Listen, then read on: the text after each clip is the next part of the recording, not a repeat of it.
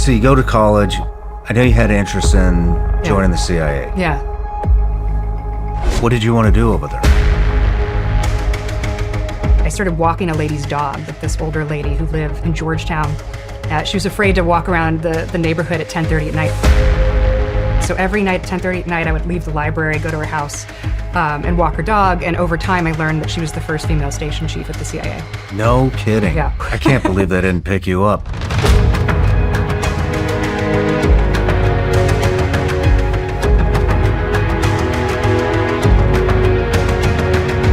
Go into her house and she had in some ways it looks like a room like yours, just like just mementos of a life well lived. I sort of convinced myself that intelligence isn't that different than reporting, right? You have sources, you have to have a network of nodes and people who are telling you information about whatever you're covering. They're not actually supposed to be sold. Maybe a few people will buy them, but they're more to generate press. Part of me was like, okay, if I can't do that as a, in the agency, I could do that at the Washington Post. So did you develop your own sources and all of that network? Yeah. How'd you do it? Where'd you start? But it started out as you get your assignment and then you just start calling people. And the thing I know you know better than anyone else is people just love to talk. I'm Katherine Boyle in the Washington Post newsroom. Here's what's driving the day.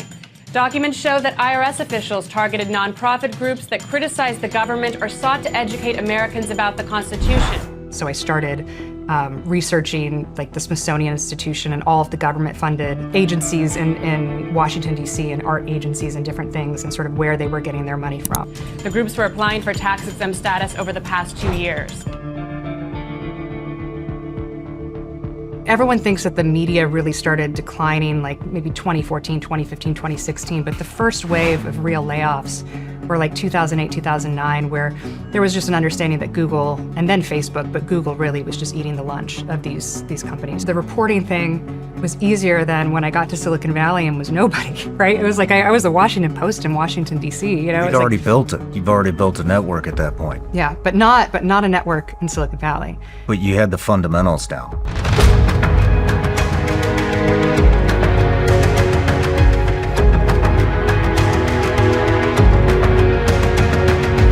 People will tell you what you need to know. And then they start seeing your name in the paper. And then they know that you're the person who's going to write the story about something. And you call someone and you say, hey, I'm this reporter from the Washington Post. Can I get coffee? I'd just love to hear more about what you know.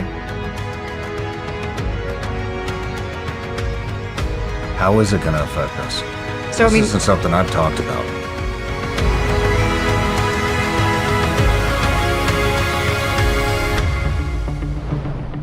I think you cannot change a spiritual and a cultural problem with economic policies. I think it stemmed from, the feminist movement. It was get out, get a job, provide for yourself. It deterred women from having children. Me and my wife talk about this all the time. If you say you're a stay-at-home mom, it's it's frowned upon in a lot of areas in the country. And it's what the f*** are you talking, frowning upon on a stay-at-home mom? I mean, what's more important than raising your kids?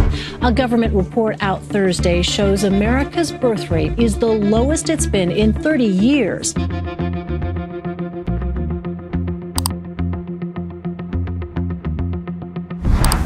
It's always fascinating to me, the things you can't talk about. We can talk about the problem, but there's certain things we can't talk about that add to it. When it comes to birth control, why do so many women trust N-Care contraceptive inserts? That's right. N-Care's effective. Mm-hmm. It doesn't have hormones. So we could just fix it with an economic policy.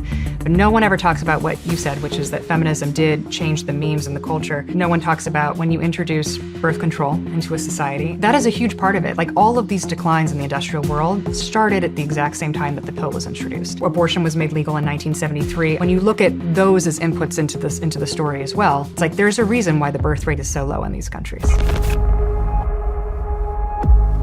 So out of all the different business avenues you could have done, why Silicon Valley?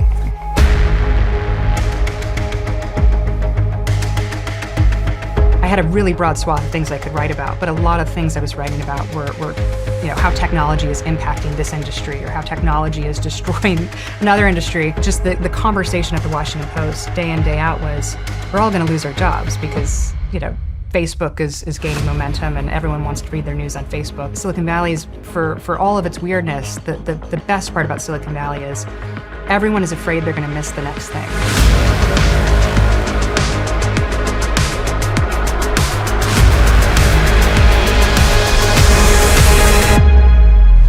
I know exactly why they didn't pick me. I am not an easy person. I know exactly what I said wrong. Like, you're supposed to answer the question of, like, why are you wanting to do this, right? The right answer is you want to serve your country, which is the right answer. I said something that was probably the through line of my life. I just can't stand not knowing.